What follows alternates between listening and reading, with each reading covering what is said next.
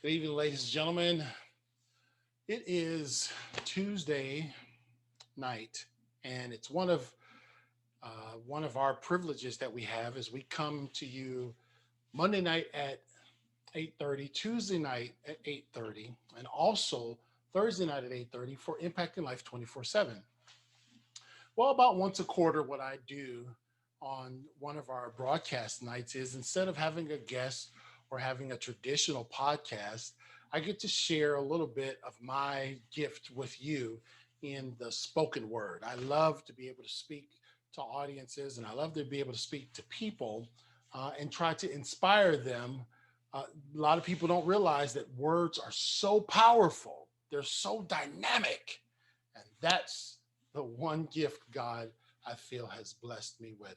This is, as they say, the most wonderful time of the year. I don't know if you guys are feeling now in the Christmas spirit, but just about after the turkey is put away at Thanksgiving, we are in full Christmas mode, ready to rejoice and celebrate and look forward to everything that is taking place in the holiday season. There is so much joy, there is so much anticipation. Everybody is being kind. The folks that fuss about parking spaces at Walmart will soon just give you their parking space during this season. It is sprinkled with a levity and a compassion that you don't normally see in the other 11 months of the year. It is truly the most wonderful time of the year. And it inspires me because it causes people to reflect more during this month than they reflect in any other month or months of the year. And why is that? Because Christmas, for me, a man of faith, Christmas is about celebrating the birth of Christ, which is always a good story and good news for humanity. But I wanted to take just a diversion tonight from our normal routine. We are in episode 111 on our podcast, and 2021 is going to be an explosion of dynamic guests as well as me making appearances in shows all across the country and around the world. So as we kind of put the proverbial landing gear down and we get ourselves set to end this time with our families and celebrating and opening gifts and singing around the tree, I have been ruminating for the past 6 months or so on how I was going to develop a Christmas message for America. And last year, as you guys may know, I had a speech entitled Unwrap Your Present. And that speech focused on you realizing that there were three elements in life: the past, the future, and the present. The past and the future are two elements that you cannot control, nor can you do anything about. We truly live in the present. And it is considered almost a gift because it's called the present. And we talked about how you must unwrap your present and take advantage of the time that you have. It was a blessed speech. I have enjoyed it, given it to thousands of students, and I shared it with my audience. I've shared it with my audience for a number of years. Well, tonight I'm sharing a brand new speech. I don't have any notes. There's nothing up my sleeve. And so I want to pour out into you something for this time period that we're in, ladies and gentlemen, 2020. It truly is a wonderful life. The movie was framed in 1946. And it was centered around a man and his life. They had set out to make a good amount of money off of this movie, It's a Wonderful Life, but it was an absolute box office flop. It was a flop. The cost to make the movie was $3 million. The cost to make the movie was $3 million. But guess what? They barely made $3 million at the box office. So everyone said that it was a disaster. Everyone said that it was a disaster. So why was it a disaster? Because it did not produce.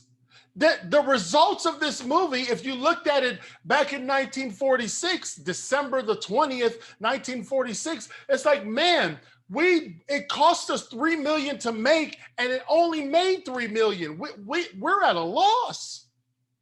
And it wasn't until they took this movie out of the commercialized cinematic construct and placed it open without any restrictions that it began to take off. And in fact, most recently, It's a Wonderful Life has been rated as the top inspirational Christmas movie of all time. It is actually in the Library of Congress of cinematic works. It's a Wonderful Life. It didn't start out that way. The movie started out as a flop. They thought, man, okay, you guys got this good, nice, feel-good story, and nobody went to see it. It was a flop. And yet, when it was allowed to be dispersed throughout humanity, it actually did what it was designed to do.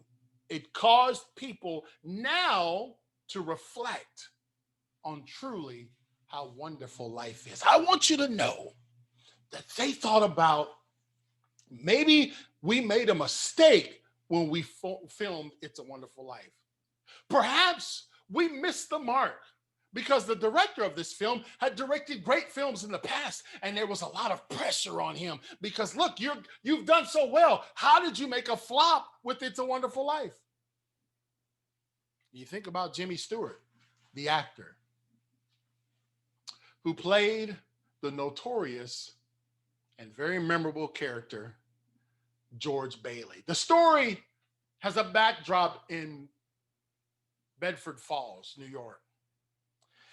And it is taken from a perspective of the day before Christmas. You know, and it paints a picture that gets us to the day before Christmas relatively quick, but there's a lot of details in between from the start to Christmas Eve. George Bailey was known as a man that always sacrificed. As a young kid, his brother was sliding down an ice lake and fell into the water. And George Bailey came running to save his younger brother. You know, from that accident, George Bailey had lost hearing in his left ear, and he never regained his hearing again. Another time, George Bailey was working for the disgruntled druggist in town, and the druggist had made a mistake putting poison in a prescription that was supposed to be delivered to a kid. If that prescription had been delivered, the child would have died. George Bailey saw the mistake and brought it to the druggist and said, "You didn't mean to do this. I know you're disgruntled. I know you lost a family member, but this is what you did. It was an accident." And he saved a life. It's crazy because George Bailey, as he now, the cameras face him as he's an older man, he is saying he wants to see the world. And the picture frame stops because this is how wide George's imagination is. He wants to build bridges. He wants to travel the world. He wants to see things. He wants to get out of Bedford Falls. But there's one problem. His dad owned a little building and loan company, a little piddly building loan company. And Mr. Potter was on the board, and Potter controlled everything. Potter was the Scrooge of Bedford Falls. And George Bailey's dad, all he wanted to do was try to help people get a little step up by owning their own home and making it easy for people to own their home. Mr. Potter wanted to get the building and loan out of business. And George Bailey said, listen, I'm ready to get out of here. I'm ready to get out of this nickel and dime town. I'm ready to get out of this dusty place, and I want to go see the world. I want to see the sights. I want to build the bridges. George Bailey had a vision. He had a plan. He had a destiny. He had a goal to get away. And then George Bailey's dad had a stroke and died. So George Bailey said, I've got to put my dreams on hold because the board says the only way that the building and loan will continue is if George Bailey runs it with his Uncle Billy. And George looks at his younger brother, who he had said, hey, look, you go to college and then come back and work the building alone, then I'll go off to college and travel the world. But his brother comes back from college and says, man, I got a great job. I'm going to do this. And George Bailey said, okay, I'll stay with the building alone. Another element of sacrifice. And George is celebrating his nuptials. They're throwing rice, and him and his wife have saved up over $2,000, which was a ton of money back in 1946. And they were getting ready to go away to celebrate their honeymoon. And all of a sudden, there's a run on the banks. There's a run on the money. And all of the people that George Bailey and the building alone had been supporting and helping those folks, now all their money's gone. And they're running to the banks and they're standing outside the building alone in the rain. And George Bailey's in the car with his wife, getting ready to leave and go on his honeymoon. And he stops. He looks back. He says, man, I can't do this. I can't leave those people. He runs back in the rain, opens up the building and loan, and disperses his $2,000 amongst all of the people so that he could keep them afloat. Another sacrifice. Didn't get to go on his honeymoon. He took care of the people there at Bedford Falls through the building and loan company that his dad formed. The next thing that happens is times are getting good for the building and loan. George Bailey is a charismatic, thought-provoking, forward-leading leader, and everything's going great. And so he gives Uncle Billy a deposit. Uncle Billy, you need to make a deposit, friend. Because guess what? Before the deposit is made, Mr. Potter calls up George Bailey. Says, George, I want to offer you a proposition. I want to see if you'd come work for me for $20,000 a year with travel, stay in the finest hotels, just end the building and loan and come on and work for me. And when George seen that Potter had ambitions to stamp out the great work that George Bailey had took over from his dad, he told Potter he could go stuff it. All Potter was a greedy, selfish man. And he walked out of his office. And the scene transitions to Uncle Billy at the bank. And he has $8,000 that he's supposed to put in the bank, ladies and gentlemen. $8,000. All he had to do was make the deposit. And guess who's in the bank at the same time as Uncle Billy? Of course, the Grinch, Mr. Potter. And Uncle Billy shows the paper of George's brother coming back because they're getting ready to celebrate George's brother coming back from the war as a war hero. Won the Medal of Honor for saving a crew on a boat from a Japanese attack. And they were getting ready to have a great festive time. Uncle Billy's taunting Mr. Potter, and he accidentally puts the $8,000 into Mr. Potter's paper. And when he goes up to the counter to pay to make the deposit, he can't find the $8,000. Mr. Potter sees the mistake and wheels away with the $8,000. And he comes back to George back at the office and says, listen, I don't know what I did with the $8,000. I don't know where I put it. And George is enraged. He's furious. He's like, what do you mean you don't know where you put that $8,000? Do you know that we're getting ready to be audited? The auditors are coming. Do you know the scandal and the fraud and the great shame that's going to be put on the building alone because of your incompetence? Where is the $8,000, Uncle Billy? Couldn't find it. So here comes George, who had not too long ago told Mr. Potter to stuff it, that he was taking care of his people, giving them a place to stay, a couple rooms and a bath. He had to go back and swallow his pride. Mr. Potter, George Bailey sitting down dejected. I don't know where I did. I don't know what we did with the $8,000. Can you please help me? I've got a life insurance policy. I got $500 value in it. I'll give you that. And it's up to $15,000 benefits. Mr. Potter said, what's $500 going to do for me as a down payment? He said, you're better off dead than alive, George. Can't find the money. Potter won't loan him anything. Potter calls the cop. George leaves, goes to the bar, gets drunk, angry, furious, upset. He can't believe his whole world is falling apart. The tragedy and the adversity is too much. It's gripping him as a dynamic tentacle around his neck. He doesn't know what else to do.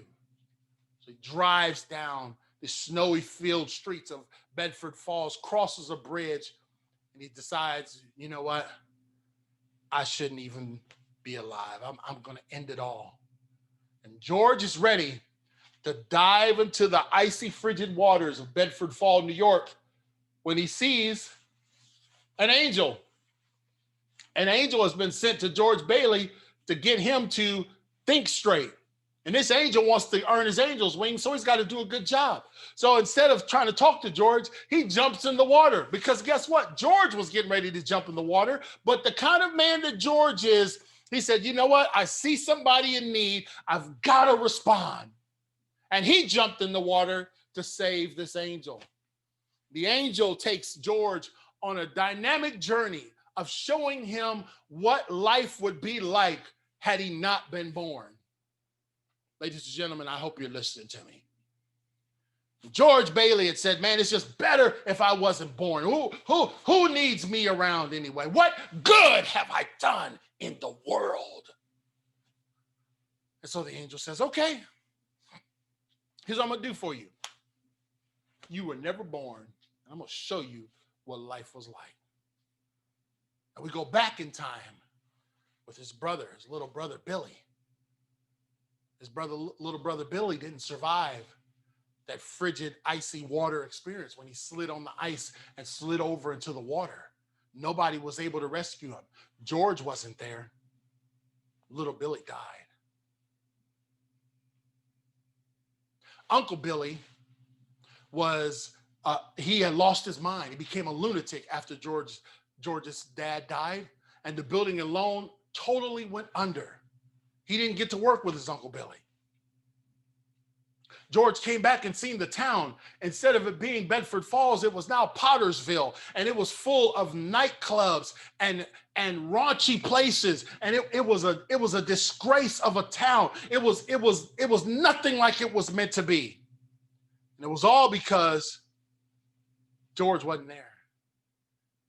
George went to see Mary, his wife. She didn't even recognize him. She didn't know who he was. Everything that George remembered that he had done was all undone without him being there. The transport boat that was saved by his brother fighting in the war never happened. Those soldiers got killed because George never saved his brother.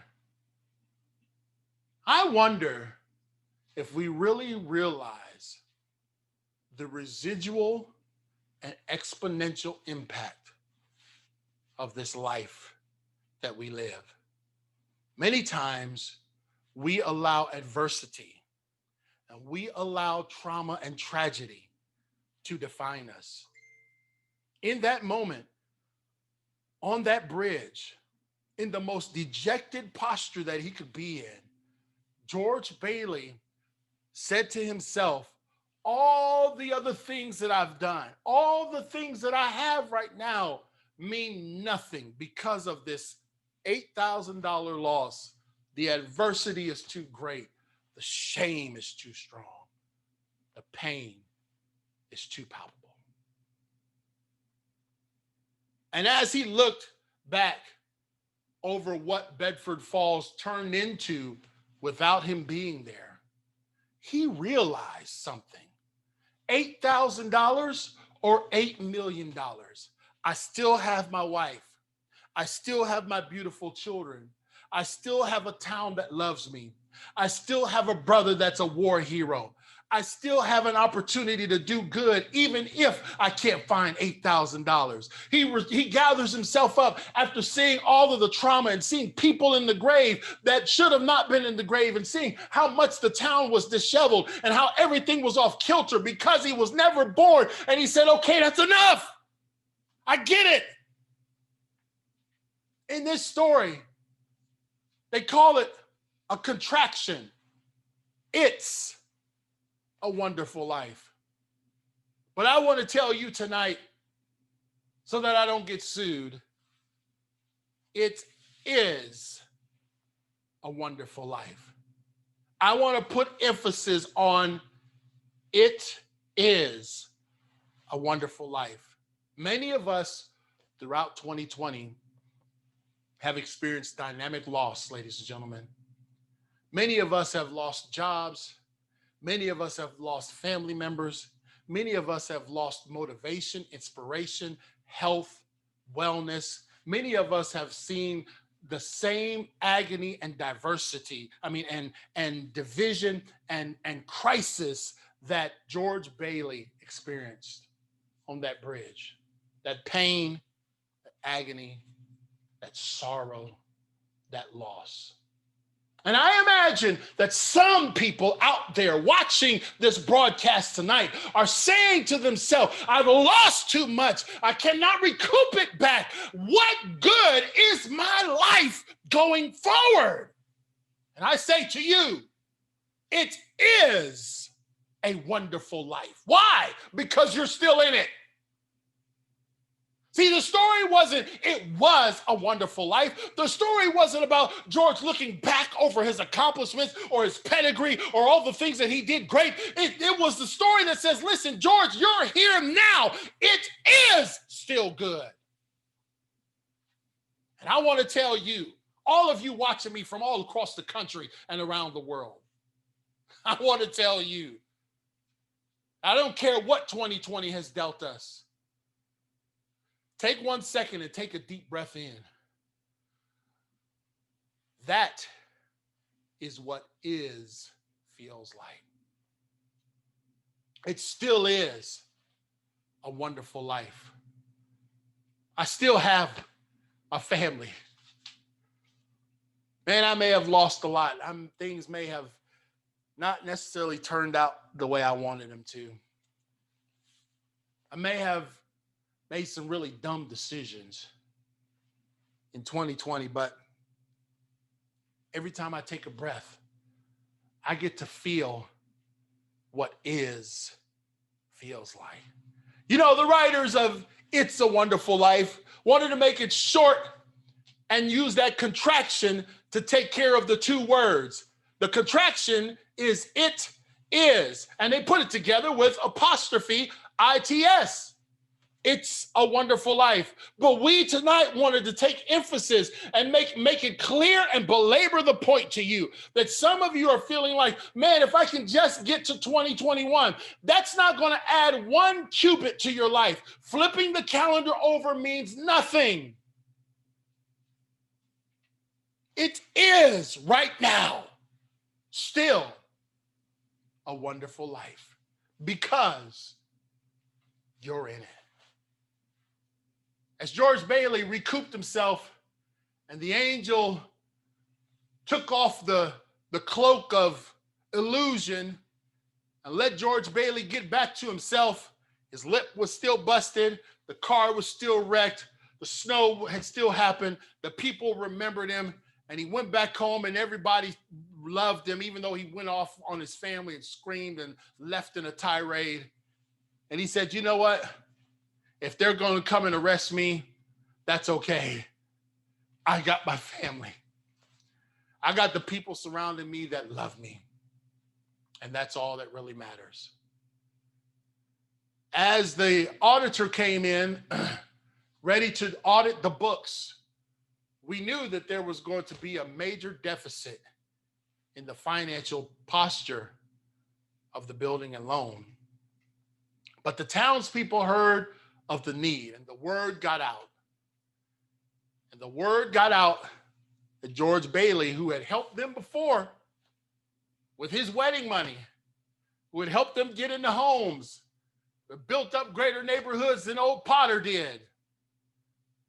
They heard that he had an $8,000 need. And on that night, Christmas Eve night, the cash flowed in far more than the $8,000 bill. His brother came home from the war, a war hero, a decorated hero.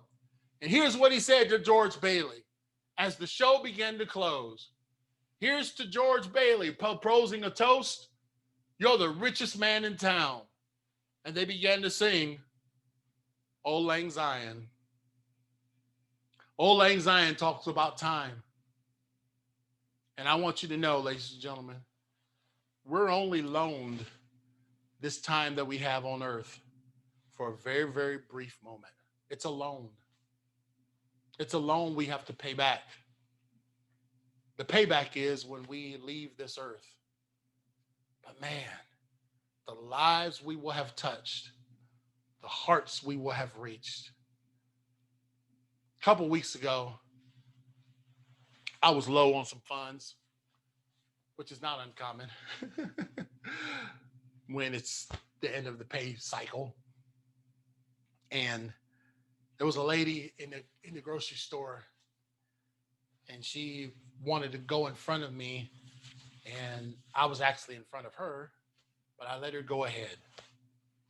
This old lady was getting her stuff together, and I felt God tell me to talk to her. And I did, and I said, oh boy, King, here we go. And as I was talking to her, I realized that it was my job to do something for her. And as she was ringing up her stuff, which was quite significant, I went over there as she was fumbling for her purse, and I stuck my card in the thing and I said, she's with me. And man, that lady hugged me so tight. I didn't give her my name. I didn't make a recording of it this time. I'll never probably see that lady again. But God only knows what maybe she was feeling that day. Maybe that day was the day she was looking to end it all. Maybe she felt so unappreciated in this world because her hug was a different kind of hug. It wasn't a hug of gratitude. It was a hug of desperation. And I realized that, man, it is a wonderful life. So what? Now my account's down to a couple $1,000 instead of 10,000. So what? My account's down to $50 because I paid for this lady's groceries. Then I had to pay for my. So what? It's still a wonderful life. I went and got in my car and drove away. It's still a wonderful life. I came back to the home to my beautiful wife and children. It's still a wonderful life. I got to see my animals and my pets. It's still a wonderful life. I'm making connections all across the country and literally around the globe. It's still a wonderful life. And here's what I want to tell you. It's not that's the movie, but I'm talking to you tonight. It is a wonderful life. As you celebrate this season, this time with your family, think about the is. Don't think about the was. Don't even think about what might be. Think about the is, ladies and gentlemen. I hope that I have inspired someone to keep going who may have felt like you didn't have any value left in this world. You do. I want you to know it is a wonderful life. God bless you. Have a good night. Merry Christmas.